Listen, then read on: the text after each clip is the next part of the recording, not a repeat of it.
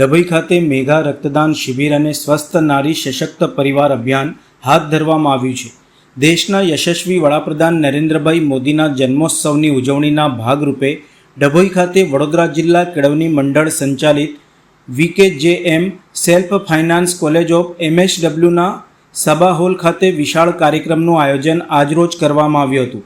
આ પ્રસંગે સામૂહિક આરોગ્ય કેન્દ્ર અને તાલુકા આરોગ્ય કચેરીના ઉપક્રમે સ્વસ્થ નારી સશક્ત પરિવાર અભિયાન અંતર્ગત મહિલાઓની તબીબી તપાસ નિષ્ણાંત તબીબો દ્વારા કરવામાં આવી હતી.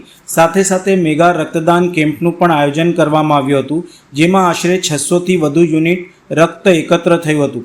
કાર્યક્રમમાં ડભોઈના ધારાસભ્ય શૈલેષભાઈ મહેતા, નગરપાલિકાના પ્રમુખ બિરેનભાઈ શાહ, આરોગ્ય વિભાગના અધિકારીઓ કર્મચારીઓ, કોલેજના આચાર્યો, શિક્ષકો તથા ભાજપ સંગઠનના હોદ્દેદારો મોટી સંખ્યામાં ઉપસ્થિત રહ્યા હતા.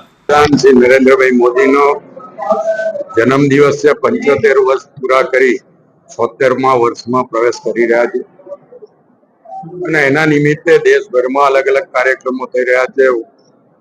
ગુજરાત સરકાર દ્વારા પણ મેડિકલ કેમ્પો, બ્લડ ડોનેશન કેમ્પ ને બીજી સેવાકીય પ્રવૃત્તિઓ જેવું કે વન મહોત્સવ, સ્વચ્છતા, લોક કલ્યાણ મેળા, આ બધી પ્રવૃત્તિઓ સરકાર દ્વારા અત્યારે કરવામાં આવી રહી છે. એમાં 17 સપ્ટેમ્બર થી 2 ઓક્ટોબર સુધી 15 દિવસ અને સેવા પખવાડિયા તરીકે પણ ઓળખવામાં આવે છે.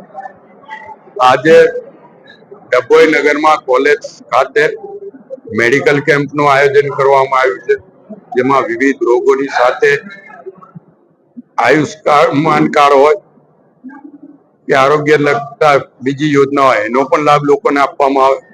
અહીંયા આયુર્વેદિક, હોમિયોપેથી ને એલોપેથી ત્રણેયના કેમ્પો અહીંયા રાખવામાં આવ્યા છે અને એના દ્વારા લોકોને મદદરૂપ થવાનું અને ખાસ કરીને ટીબી પેશન્ટો માટે અહીંયા કેમ્પ રાખવામાં આવ્યો છે. ટીબી પેશન્ટોને NGO દ્વારા એક કીટ પણ આપવામાં આવી છે.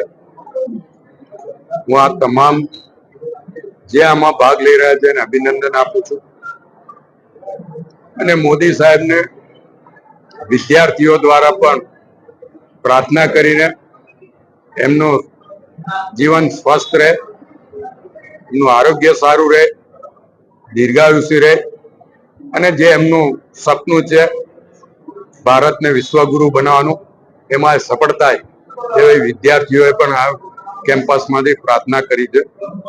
આજે BSW, MSW અને નર્સિંગના અભ્યાસ કરતા વિદ્યાર્થીઓ સાથે પણ મુલાકાત કરવાનો આ કેમ્પસમાં મોકો મળ્યો છે.